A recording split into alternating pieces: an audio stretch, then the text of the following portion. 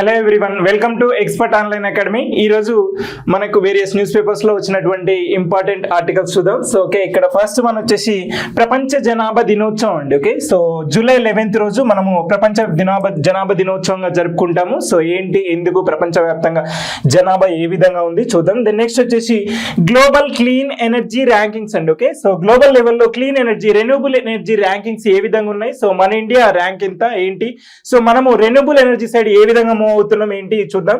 Then next వచ్చేసి smile పథకాన్ని సవరించిన కేంద్ర ప్రభుత్వం. ఓకే, సో స్మైల్ అనే పథకం ఎందుకు, ఎవరిని ఉద్దేశించి స్టార్ట్ చేయడం జరిగింది, ఎప్పుడు, సో ఏ మినిస్ట్రీ కిందకి వస్తుంది, కాంపిటేటివ్ ఎగ్జామినేషన్ పర్స్పెక్టివ్ లో చూద్దాం. దెన్ నెక్స్ట్ వచ్చేసి తెలంగాణ ఇంజనీర్స్ దినోత్సవం అండి. ఓకే, సో తెలంగాణలో ఇంజనీర్ల దినోత్సవం జరుపుకుంటున్నాము. సో ఎవరి బర్త్ యానివర్సరీ పరంగా జరుపుకుంటున్నాం, సో ఏంటి చూద్దాం. దెన్ నెక్స్ట్ వచ్చేసి తెలంగాణలో స్థానిక ఎన్నికలలో బీసీలకు సో 42% కోటా అనమాట. ఓకే, లోకల్ బాడీ ఎలక్షన్స్ ఉన్నాయి కదా, సో పంచాయత్స్ అండ్ మున్సిపాలిటీస్, వాటిలో బీసీ కమ్యూనిటీ వాళ్ళకు, బీసీలకు బ్యాక్వర్డ్ క్లాసెస్ కి 42% రిజర్వేషన్ అనేది సో ఇవ్వడానికి స్టేట్ గవర్నమెంట్ డిసైడ్ అవ్వడం జరిగింది. అసలు ఏంటి, దీని వెనుకున్నటువంటి స్టోరీ ఏంటి చూద్దాం. ఓకే, సో ఇక్కడ ఫస్ట్ ఆర్టికల్ వచ్చేసి వరల్డ్ పాపులేషన్ డే అండి. Okay, so world population day, ప్రపంచ జనాభా దినోత్సవం ఎప్పుడు జరుపుకుంటాము అంటే సో ప్రతి సంవత్సరం కూడా 11th జూలై అండి. ఓకే, సో 11th జూలై రోజు సో మనము ప్రపంచ వ్యాప్తంగా జనాభా దినోత్సవాన్ని జరుపుకుంటాము. ఓకే, సో అది హిస్టారికల్ బ్యాక్గ్రౌండ్ ఏంటి, అసలు ఎందుకు జరుపుకుంటున్నాము ఈ 11th జూలై రోజు అనేది సో చూడండి ఒకసారి.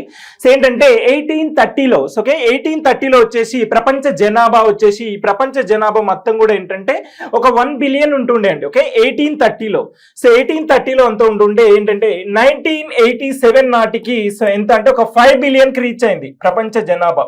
సో ఓకే, సో 1987 నాటికి ఒక 5 బిలియన్ రీచ్ అయింది. సో దీని సందర్భంగా వచ్చేసి మనకు 1987లో సో సమావేశం జరపడం జరిగింది. ఇది అండి ఇక్కడ అబ్జర్వ్ చేయాల్సింది. యునైటెడ్ నేషన్ పాపులేషన్ ఫండ్ ఆధ్వర్యంలో సో జూలై 11th రోజు సో 5 బిలియన్ పాపులేషన్ అయిన సందర్భంగా ప్రపంచవ్యాప్తంగా ఒక మీటింగ్ సెషన్ కండక్ట్ చేయడం జరిగింది. అందువల్ల ఆ డేని జూలై 11th ను ఏమంటాము అంటే సో ప్రపంచ జనాభా దినోత్సవం అని అంటాం అనమాట. ఓకే, సో అప్పటి నుంచి మనము ప్రతి సంవత్సరం కూడా 1990 నుంచి సో జరుపుకుంటున్నాము. సో 1990లో so united nation general assembly కూడా సో మనకి ఇక్కడ దీని గురించి పాస్ చేయడం జరిగింది. అందువల్ల ప్రతి సంవత్సరం కూడా సో మనము జూలై 11th రోజు జరుపుకుంటున్నాం. అబ్జర్వ్ చేయండి, 1987 5 బిలియన్ పాపులేషన్ కి రీచ్ అయింది ప్రపంచ జనాభా, అది కాన్సెప్ట్. ఓకే, సో అప్పటి నుంచి మనం జరుపుకుంటున్నాం జూలై 11th సో ప్రపంచ జనాభా దినోత్సవం జరుపుకుంటున్నాం. సో ఇది ప్రపంచ జనాభా దినోత్సవం జరుపుకుంటున్నాం. సో దీని విధంగా ఏంటి, మనకు ప్రపంచవ్యాప్తంగా ఉన్నటువంటి పాపులేషన్ ఏ విధంగా ఉంది చూద్దాం. So united nation population fund అనమాట. సో ఇది ఐక్యరాజ్య సమితి యుఎన్ఓ ఉంది కదా, సో ఈ యుఎన్ఓ యొక్క వింగ్ అండి ఇది, United nation population fund. So ప్రపంచవ్యాప్తంగా జనాభా ఏ విధంగా ఉంది, సో డెత్ రేట్స్ ఏ విధంగా ఉన్నాయి, so birth rates, death rates, total fertility rates కానీ, సో ఇవన్నీ కూడా ప్రపంచవ్యాప్తంగా ఏ కాంటినెంట్ లో ఎక్కువ పాపులేషన్ ఉంది, ఏ కంట్రీలో ఎక్కువ పాపులేషన్, రీజన్స్ ఏంటి, కాజెస్ ఏంటి, కాన్సిక్వెన్సెస్ ఏంటి, ఇవన్నీ కూడా ఫోకస్ చేస్తుందండి. ఇది ఐక్యరాజ్య సమితి యొక్క వింగ్ అండి ఇది. So united nation population fund so ఇది క్యాలిక్యులేట్ చేస్తుంది. సో ఏంటంటే మనకు state of the world population report అనేది 2024లో రిలీజ్ చేయడం జరిగింది. లాస్ట్ ఇయర్ రిలీజ్ చేయడం జరిగిందండి ఈ రిపోర్టు. ప్రపంచవ్యాప్తంగా ఉన్నటువంటి కంట్రీస్ మొత్తం కూడా క్యాలిక్యులేట్ చేసి రిలీజ్ చేయడం జరిగింది. సో ఈ రిపోర్ట్ ప్రకారము ప్రపంచం మొత్తానికి జనాభా వచ్చేసి ఏంటంటే సో 811 crore అండి. ఓకే, సో 811 కోట్ల జనాభాగా సో ఉంది అండి. ఓకే, సో ఇది మనం ఇక్కడ అబ్జర్వ్ చేయాల్సింది. అది ఎప్పటికీ 2024 నాటికండి. ఓకే, సో 2024 నాటికి సో 811 కోట్లుగా జనాభా ఉంది. అయితే మరి ప్రపంచవ్యాప్తంగా పాపులేషన్ హైయెస్ట్ గా ఉన్నటువంటి కంట్రీస్, టాప్ 5 కంట్రీస్ చూద్దామండి. ఓకే, టాప్ 5 కంట్రీస్ చూసినట్లయితే ఇక్కడ భారత్ వచ్చేసి 144 crore అండి. ఓకే, 144 crore జనాభాతోని ప్రథమ స్థానాన్ని ఆక్యుపై చేయడం జరిగింది. ఆ తర్వాత వచ్చేసి చైనా అండి.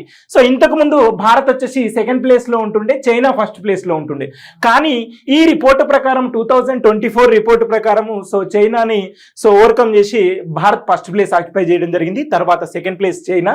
యుఎస్ఏ వచ్చేసి 34 crore అండి. Okay, 34 crore. దెన్ నెక్స్ట్ వచ్చేసి ఇండోనేషియా 27, పాకిస్తాన్ వచ్చేసి 24 crore. ఓకే, సో ఈ విధంగా టాప్ 5 కంట్రీస్ అండి. ఓకే, ప్రపంచవ్యాప్తంగా టాప్ 5 కంట్రీస్, పాపులేషన్ లో టాప్ 5 కంట్రీస్ గుర్తుపెట్టుకోండి. So state of the world population report 2025 ప్రకారం ఇది. ఓకే, సో ప్రపంచవ్యాప్తంగా జనాభా. దెన్ నెక్స్ట్ వచ్చేసి మనకు ద డెమోగ్రఫిక్ డివిడెండ్ అండి. ప్రపంచ జనాభాలో మనకు మేజర్గా మనకు అబ్జర్వ్ చేయాల్సింది ఏంటంటే సో మనకు డెమోగ్రఫిక్ డివిడెండ్ అంటారు. సో డెమోగ్రఫిక్ డివిడెండ్ ప్రకారము డిపెండెంట్ పీపుల్, ఇండిపెండెంట్ పీపుల్ అనమాట. సో ఇక్కడ ఇండిపెండెంట్ పీపుల్ అంటే ఎవరు అంటే డిపెండెంట్ ఆన్ ద పాపులేషన్ అంటే ఎవరైతే చిల్డ్రన్ ఉంటారో. సో ఓకే, ఈ చిల్డ్రన్ అనే వాళ్ళు డిపెండ్ అవుతారు, చిల్డ్రన్ కానీ సో ఓల్డ్ ఏజ్ పీపుల్ కానీ. ఓకే, సో వీళ్ళంతా డిపెండ్ అవుతారు. సో వీళ్ళు వర్కింగ్ ఫోర్స్ లోకి రారు అండి. ఓకే, సో అబ్జర్వ్ చేయండి ఇది. ఇక్కడ చిల్డ్రన్ వచ్చేసి లెస్ దెన్ 15 years ఉంటుంది. సో ఇక్కడ ఓల్డ్ ఏజ్ పీపుల్ వచ్చేసి 65 years, గ్రేటర్ దెన్ 65 years అనమాట. సో ప్రపంచవ్యాప్తంగా వీళ్ళ జనాభా అనేది చాలా తక్కువ ఉంది. సో ఇది మనం ఇక్కడ అబ్జర్వ్ చేయాలి. అది భారతదేశానికి వచ్చేసరికి మనకు యంగర్ పాపులేషన్, దీన్ని డెమోగ్రఫిక్ డివిడెండ్ అంటారు. ఓకే, వర్కింగ్ ఏజ్ పాపులేషన్ అంటారు. సో ఈ వర్కింగ్ ఏజ్ పాపులేషన్ అనేది so working age population or younger generation వచ్చేసి ప్రపంచవ్యాప్తంగా ఉంటే వేరు. సో మన భారతదేశంలో ఈ వర్కింగ్ ఏజ్ పాపులేషన్ అనేది చాలా ఎక్కువ ఉందండి. ఎంత అంటే 68% అండి వర్కింగ్ ఏజ్ పాపులేషన్ అనేది. అంటే సో ఇది 15 years నుంచి ఓకే 64 years దాకా అండి. ఓకే, సో 15 నుంచి 64 years మధ్య ఉన్నటువంటి జనాభా మన భారతదేశంలో ఎక్కువ ఉందండి. ఓకే, సో అదే ఇక్కడ మనకు జపాన్ కానీ వియత్నాం కానీ చైనా కానీ సో ఈ కంట్రీస్ లో వచ్చేసి ఏంటంటే ఓల్డ్ ఏజ్ పీపుల్స్ ఈ greater than 60 years age people percentage అనేది ఎక్కువ ఉంది.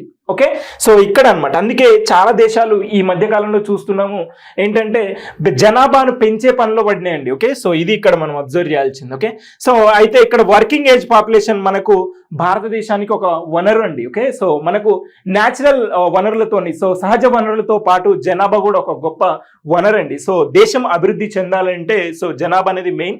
సో ఈ విధంగా మనకి ఈ విధంగా ఉంది. సో ప్రపంచవ్యాప్తంగా చూస్తే కంపేర్ చేస్తే ఇలా. ఓకే, సో మన ఇండియాలో వచ్చేసి 68%, మోర్ దెన్ 68% ఉంది. మరి మన భారతదేశంలో ఎప్పుడు క్యాలిక్యులేట్ చేస్తారు, ఏ విధంగా జనాభా క్యాలిక్యులేషన్స్ ఏ విధంగా ఉంటాయి చూసినట్లయితే మనకు ప్రతి 10 సంవత్సరాల ప్రకారం ప్రతి 10 సంవత్సరాలకు as per the census act 1948 అండి. సో 1948 ప్రకారము ప్రతి 10 సంవత్సరాలకు ఒకసారి కూడా మనకి ఏంటంటే పాపులేషన్ సెన్సెస్ అనేది చేయడం జరుగుతుంది. ఇది మ్యాండేటరీ కాదు. సో ప్రతి 10 సంవత్సరాలకు ఒకసారి క్యాలిక్యులేట్ చేస్తారు. మనకు 2011 సెన్సెస్ ప్రకారము మన భారతదేశ జనాభా వచ్చేసి 121 crore అండి. ఓకే, సో ఈ 121 crore ఉంటుంది. ఓకే, 2011 లో క్యాలిక్యులేట్ చేశారు. దాని ప్రకారం మళ్ళీ 2021 లో క్యాలిక్యులేట్ చేయాలి. సో బట్ చేయలేదు, ఎందుకంటే కోవిడ్ వల్ల ఇక్కడ చేయలేదు. సో నెక్స్ట్ ఇయర్ 2026 లో క్యాలిక్యులేషన్ చేయబోతున్నారు. సో ఇది అండి. ఓకే, మన భారతదేశంలోనే మొట్టమొదటిసారిగా ఎప్పుడు క్యాలిక్యులేట్ చేశారు అంటే 1881 లో సో క్యాలిక్యులేట్ చేయడం జరిగింది. ఇప్పటి నుంచి ఈ సంవత్సరం నుంచి ప్రతి 10 సంవత్సరాలకు ఒకసారి క్యాలిక్యులేట్ చేయడం జరుగుతుంది. సో 1931 దాకా కూడా ఏంటంటే క్యాస్ట్ సెన్సెస్ అనేది చేయడం జరిగింది. సో బట్ ఇప్పుడు ఆ తర్వాత దీన్ని క్యాస్ట్ సెన్సెస్ అనేది ఆపేయడం జరిగింది. సో బట్ ఇప్పుడు 2026 నుంచి క్యాస్ట్ సెన్సెస్ అనేది చేయడం జరుగుతుంది. ఓకే, సో ఇది అబ్జర్వ్ చేయండి. సో ఇక్కడ 2011 సెన్సెస్ ప్రకారము మన భారతదేశంలో వచ్చేసి మేల్ పాపులేషన్ వచ్చేసి 51.54%. దెన్ నెక్స్ట్ వచ్చేసి ఫీమేల్ పర్సెంటేజ్ వచ్చేసి 48.46%. ఓకే, సో మేల్ ఎక్కువ ఉన్నారు. So male greater than female అనమాట. దెన్ నెక్స్ట్ వచ్చేసి రూరల్ పాపులేషన్ ఎక్కువ ఉంటారు. So rural population greater than urban అనమాట. సో ఇది ఇక్కడ కండిషన్స్.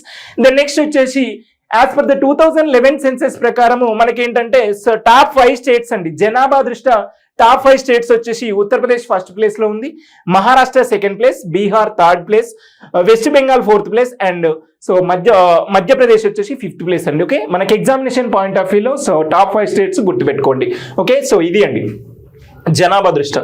సో ద నెక్స్ట్ వచ్చేసి మనకి ఇక్కడ అనదర్ ఇంపార్టెంట్ ఆర్టికల్ వచ్చేసి స్మైల్ పథకాన్ని సవరించిన కేంద్రం అండి. ఓకే, సో ఈ స్మైల్ పథకం ఏంటి చూసినట్లయితే మనకు 2021 లో సో స్టార్ట్ చేయడం జరిగింది. భారత ప్రభుత్వం స్మైల్ పథకాన్ని స్టార్ట్ చేయడం జరిగింది.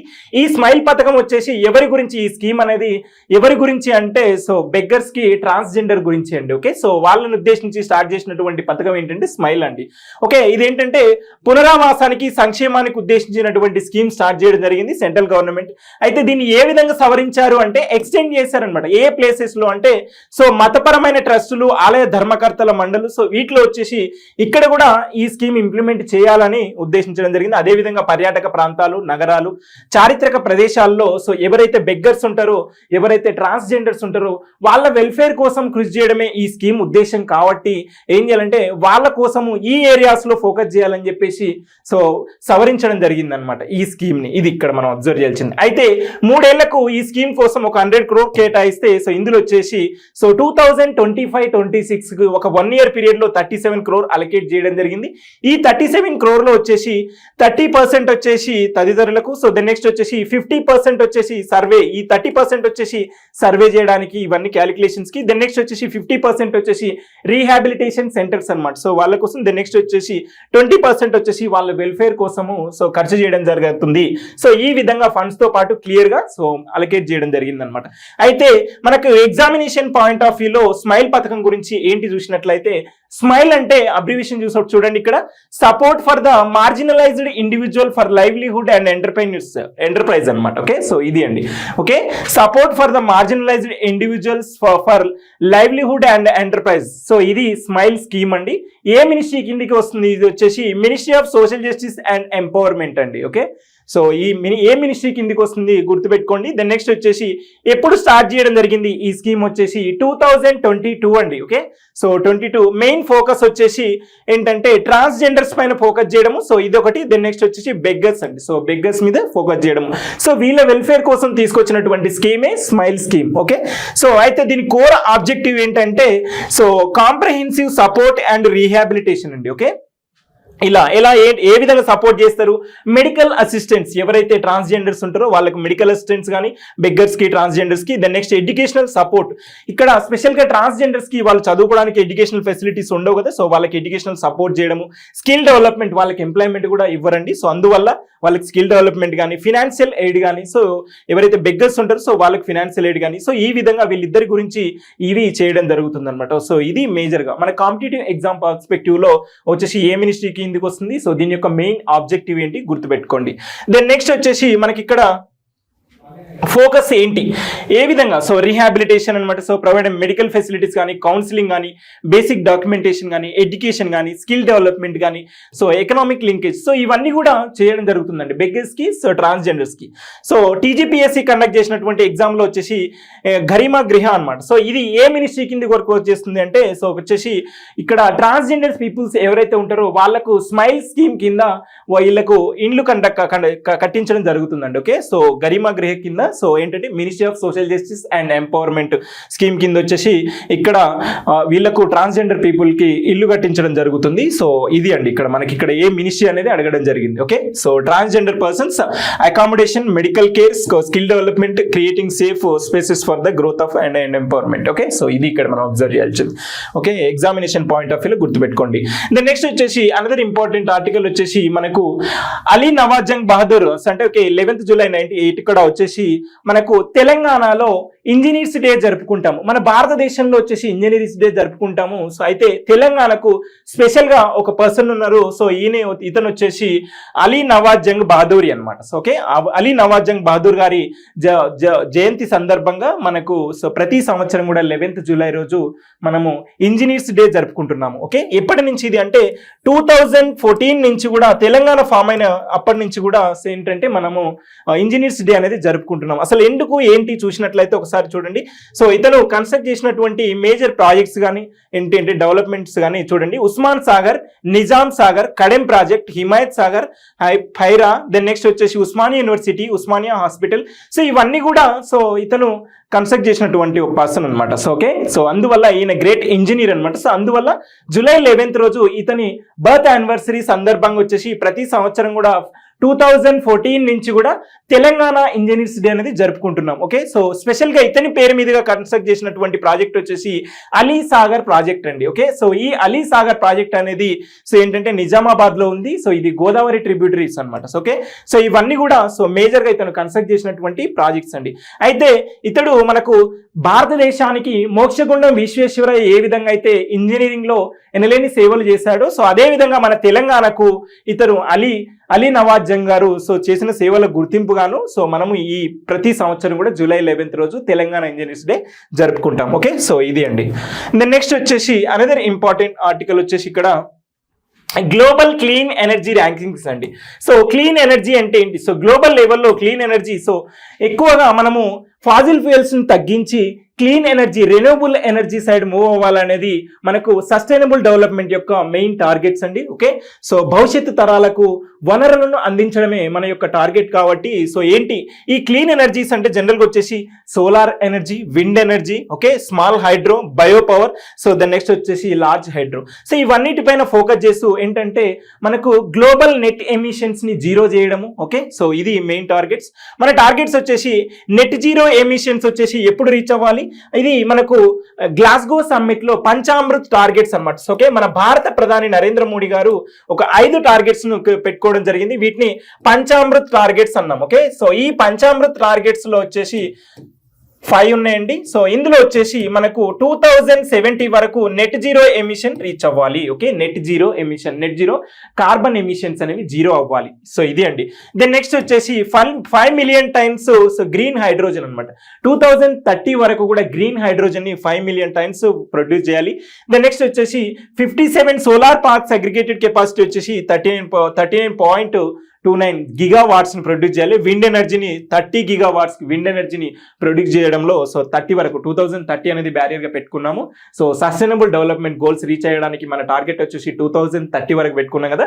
సో వాటిని రీచ్ అయ్యేందుకు ఇవన్నీ మనకు ఏ విధంగా సోలార్ ఎనర్జీలో కానీ విండ్ ఎనర్జీలో కానీ మన భారత ప్రభుత్వం చేస్తున్నటువంటి కృషి అండి. ఓకే, సో ఈ క్లీన్ ఎనర్జీ సైడ్ మోవడానికి అయితే ఈ చేస్తున్న తరుణంలో గ్లోబల్ లెవెల్లో ప్రపంచవ్యాప్తంగా ఏ కంట్రీ ఎక్కువగా ఈ క్లీన్ ఎనర్జీ మీద ఫోకస్ చేయడం జరుగుతుంది ఏంటి అని చెప్పేసి సో ప్రపంచవ్యాప్తంగా ర్యాంకింగ్స్ ఇవ్వడం జరిగింది. సో ఇది అండి గ్లోబల్ క్లీన్ ఎనర్జీ ర్యాంకింగ్ 2025కి ఇచ్చినటువంటి ర్యాంకింగ్ లో మన ఇండియా ఏ ప్లేస్ లో ఉంది, ఏంటి టాప్ ప్లేస్ లో ఉన్నటువంటి కంట్రీస్ ఏంటి చూద్దాం. క్లీన్ ఎనర్జీ ర్యాంకింగ్ వచ్చేసి ప్రపంచవ్యాప్తంగా ఫస్ట్ ప్లేస్ లో ఉన్నటువంటి కంట్రీ వచ్చేసి చైనా అండి. ఓకే, సో దీంట్లో సోలార్ అండ్ విండ్ ఎనర్జీలో వచ్చేసి చైనా ఫస్ట్ ప్లేస్ లో ఉంది. దెన్ నెక్స్ట్ వచ్చేసి యుఎస్ఏ సెకండ్ ప్లేస్ లో ఉంది. థర్డ్ ప్లేస్ లో వచ్చేసి ఇండియా అండి. ఓకే, సో థర్డ్ ప్లేస్ లో ఉందండి ఇండియా సోలార్ అండ్ విండ్ ఎనర్జీలో. సో ఇది ఇండియా వచ్చేసి థర్డ్ ప్లేస్ లో ఉంది. ఓకే, సో ఇది అబ్జర్వ్ చేయండి. దెన్ నెక్స్ట్ మన ఇండియా యొక్క టార్గెట్ చూసినట్లయితే 2025 మే నాటికి సో మరి ఎంత ఉంది చూసినట్లయితే సో రెన్యూబుల్ ఎనర్జీ వచ్చేసి 226 గిగావాట్స్ అండి. Okay, so 226 gigawatts. మనకు పంచామృత్ టార్గెట్స్ లో వచ్చేసి మన యొక్క టార్గెట్స్ ఏంటంటే 300 గిగావాట్స్ అండి. 300 గిగావాట్స్ ఎప్పటి వరకు ఉండాలి, 2030 వరకే అండి. సో ఈ 2030 వరకు 300 గిగావాట్స్ రీచ్ అవ్వాలి. కానీ 2025 మే నాటికి ఎంత ఉంది, 226 గిగావాట్స్ అండి. ఓకే, సో సారీ ఇక్కడ ఏంటంటే సో 500 గిగావాట్స్ అండి. ఓకే, సో ఈ 500 గిగావాట్స్ అనేది సో 2030 నాటికి సో 500 గిగావాట్స్ రీచ్ అవ్వాలి. ఓకే, సో ఇది. దెన్ నెక్స్ట్ వచ్చేసి మనకి ఇక్కడ పంచామృత్ టార్గెట్స్ లో 50% మనకి ఏం చేయాలి ప్రొడక్షన్ లో సో రెన్యూబుల్ ఎనర్జీని యూజ్ చేయాలి. ఇది అండి. ఓకే, సో దెన్ నెక్స్ట్ వచ్చేసి మనకు అనదర్ ఇంపార్టెంట్ వన్ వచ్చేసి స్టేట్ వైజ్ గా మన భారతదేశంలో సో ఏ విధంగా చూసినాము, ఏ విధంగా ప్రొడ్యూస్ చేస్తున్నాము. సో విండ్ ఎనర్జీ, సోలార్ ఎనర్జీలో 28 స్టేట్స్ అండ్ 8 యూనియన్ టెరిటరీస్ లో సో ఏ విధంగా ఉంది చూసినట్లయితే సో విండ్ ఎనర్జీ అండి. సో విండ్ ఎనర్జీలో వచ్చేసి టాప్ ప్లేస్ లో ఉన్నటువంటి స్టేట్ వచ్చేసి తమిళనాడు అండి. Okay, so Tamil Nadu top place లో ఉంది. దెన్ నెక్స్ట్ వచ్చేసి సోలార్ ఎనర్జీలో ఏముంది, సోలార్ ఎనర్జీలో వచ్చేసి సో రాజస్థాన్ అండి. ఓకే, సో రాజస్థాన్ సోలార్ ఎనర్జీలో సో టాప్ ప్లేస్ లో ఉంది. ఇది అబ్జర్వ్ చేయండి. దెన్ నెక్స్ట్ వచ్చేసి మనకు భారతీయ రైల్వేస్ వచ్చేసి 2030 నాటికి ఏంటంటే జీరో ఎమిషన్స్ అనమాట, జీరో కార్బన్ ఎమిషన్స్ కి టార్గెట్ పెట్టుకోవడం జరిగింది 2030 నాటికి రైల్వేస్. అందుకే సో మనకు ఎలక్ట్రిక్ ట్రైన్స్, వందే భారత్ ఇవన్నీ కూడా యూజ్ చేస్తున్నాం కదా. సో అందుకండి సో టార్గెట్స్ వచ్చేసి పంచామృత టార్గెట్స్ సో 2070 వరకు నెట్ జీరో కార్బన్ ఎమిషన్స్ కి రీచ్ అవ్వాలి. ఓకే, సో ఇది అండి. దెన్ నెక్స్ట్ వచ్చేసి ఇక్కడ స్థానిక ఎన్నికల్లో బీసీలకు 42% కోటా అండి. ఓకే, సో మనకు తెలంగాణలో సో ఏంటి ఇక్కడ స్థానిక ఎన్నికలు లోకల్ బాడీ ఎలక్షన్స్ అనేవి బీసీలకు 42% సో కోటా అనేది కేటాయించడానికి క్యాబినెట్ ఆమోదం తెలపడం జరిగింది. సో దీని గురించి ఏంటి మన competitive examination point of view ఏంటంటే సో మనకు వచ్చేసి చాలా ఇది కామారెడ్డి డిక్లరేషన్ అండి. ఈ కామారెడ్డి డిక్లరేషన్ లో వచ్చేసి బీసీలకు 42% రిజర్వేషన్ ఇవ్వాలని చెప్పేసి కేటాయించడం జరిగింది. సో ఇది అండి. సో ఇది కాంగ్రెస్ పార్టీ ఏంటంటే మేనిఫెస్టోలో పెట్టడం జరిగింది. అందువల్ల సో ఇది ఇక్కడ ఇంప్లిమెంటేషన్ లోకి రాబోతుంది. అయితే మరి మన కాన్స్టిట్యూషనల్ పరంగా ఏ విధంగా ఉంది, సో మన కాంపిటేటివ్ ఎగ్జామినేషన్ పర్స్పెక్టివ్ లో చూసినట్లయితే మనకు 73rd 74th కాన్స్టిట్యూషనల్ అమెండ్మెంట్స్ అండి. ఈ 73rd 74th కాన్స్టిట్యూషనల్ అమెండ్మెంట్ వచ్చేసి సో ఏంటి అంటే లోకల్ బాడీస్ వచ్చేసి పంచాయత్స్ అండ్ మున్సిపాలిటీస్ గురించి ఎక్స్ప్లెయిన్ చేస్తుంది. సో పంచాయత్స్ అండ్ మున్సిపాలిటీస్ ఇక్కడ ప్రతి 5 సంవత్సరాలకు ఒకసారి ఏంటి మనం ఎలక్షన్స్ కండక్ట్ చేస్తాము. సో ఇక్కడ వచ్చేసి ప్రతి 5 సంవత్సరాలు సంవత్సరాలకు ఎలక్షన్స్ ఏ విధంగా కండక్ట్ చేస్తాం వచ్చేసి ఇక్కడ రిజర్వేషన్స్ అనేవి ఓన్లీ ఎస్సీ ఎస్టీకి మాత్రమే ఉన్నాయండి. ఎస్సీ ఎస్టీ అండ్ ఉమెన్ కి మాత్రమే ఉన్నాయి. సో ఇక్కడ అబ్జర్వ్ చేయండి. సో ఎస్సీ ఎస్టీస్ ఉన్నాయి, ఉమెన్ కు ఉన్నాయి. ఈ ఉమెన్ కి వచ్చేసి 33% మాత్రమే మనకు భారత రాజ్యాంగంలో ఆర్టికల్ 243D అండి. ఓకే, సో ఆర్టికల్ 243D లో క్లియర్ గా మెన్షన్ చేయడం జరిగింది. ఓకే, సో ఆర్టికల్ 243D లో క్లియర్ గా మెన్షన్ చేయడం జరిగింది. ఇది 33% అండి. ఓకే, సో 33% క్లియర్ గా మెన్షన్ చేయడం జరిగింది. కానీ మనకు వచ్చేసి చాలా స్టేట్స్ మోర్ దెన్ 15 స్టేట్స్ అనేవి 15% అబౌవ్ 50% గా ఇంక్రీజ్ చేయడం జరిగింది. ఓకే, సో అబౌవ్ 50% ఇంక్రీజ్ చేయడం జరిగింది. సో మన తెలంగాణ కూడా 50% ఇంప్లిమెంటేషన్ లో ఉంది. కానీ ఇక్కడ బీసీలకు రిజర్వేషన్ అనేది మన భారత రాజ్యాంగంలో ఎక్కడ కూడా లేదండి. సో మెన్షన్ చేయలేదు. సో ఇది ఇక్కడ మనం అబ్జర్వ్ చేయాల్సిన, ఇది వాలంటరీ ప్రొవిజన్ అనమాట. సో భారత రాజ్యాంగంలో మ్యాండేటరీ ప్రొవిజన్స్, వాలంటరీ ప్రొవిజన్స్ అనేవి ఉన్నాయి. అంటే ఆ సిచ్యువేషన్స్ బట్టి ఆ పర్టికులర్ స్టేట్స్ అనేవి కల్పించుకోవడం జరుగుతుంది చట్టాల ద్వారా, స్టాట్యూటరీ యాక్ట్స్ ద్వారా. సో ఈ విధంగా బీసీలో ఏంటంటే 42% సో ఇక్కడ లోకల్ బాడీస్ లో రిజర్వేషన్స్ ఇవ్వడానికి జరుగుతుంది. ఏ ఆర్టికల్ ప్రకారం? ఆర్టికల్ 243D అండి. ఓకే, సో డి నెక్స్ట్ వచ్చేసి మున్సిపాలిటీస్ లో అయితే ఆర్టికల్ 243T అండి. ఓకే, సో ఇది ఇక్కడ మనం అబ్జర్వ్ చేయాల్సింది. ఓకే, సో ఇవి పంచాయత్స్ అండ్ ఇవి మున్సిపాలిటీస్ కి.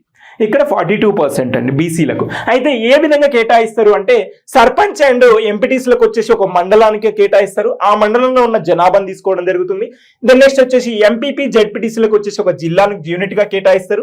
దెన్ నెక్స్ట్ వచ్చేసి జెడ్పీ చైర్పర్సన్ వచ్చేసి స్టేట్ వైజ్ గా కేటాయించడం జరుగుతుంది.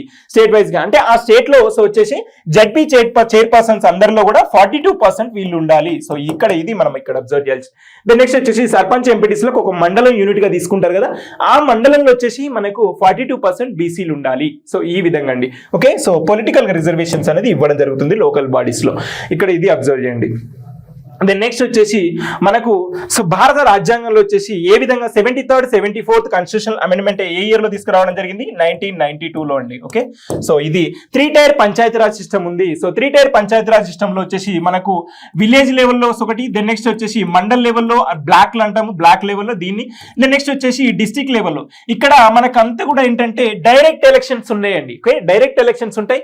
ఈ 3 లెవెల్లో కూడా ఏంటంటే సో మనకు రిజర్వేషన్స్ అనేవి ఉన్నాయి. ఎస్సీ ఎస్టీలకు రిజర్వేషన్స్ ఉంటున్నాయి. అదే విధంగా చూసినట్లయితే ఉమెన్ కు 33% రిజర్వేషన్స్ ఉంటాయి ఈ 3 స్టేజెస్ లో కూడా. కానీ ఇక్కడ ఏంటంటే సో నెక్స్ట్ వచ్చేసి చైర్పర్సన్స్ ఎవరైతే ఉంటారో ఇక్కడ చైర్పర్సన్ అనేది ఇండైరెక్ట్ ఎలక్షన్స్ కిందకి వస్తుంది. సో ఈ చైర్పర్సన్ లో కూడా మనకు రిజర్వేషన్స్ అప్లికబిలిటీ ఉంటుందండి. ఓకే, సో ఇక్కడ అబ్జర్వ్ చేయండి. రిజర్వేషన్స్ అనేవి మనకి ఇక్కడ జనరల్ గా ఎన్నికలకు ఉంటుంది. సో చైర్పర్సన్ కూడా ఉంటుందండి. ఈ 3 స్టేజెస్ లో ఉండడం జరుగుతుంది. సో ఇవి మనకు ఆర్టికల్ 243D అండ్ 243T లో చాలా క్లియర్ గా మెన్షన్ చేయడం జరిగింది. ఓకే, సో ఇది అబ్జర్వ్ చేయండి.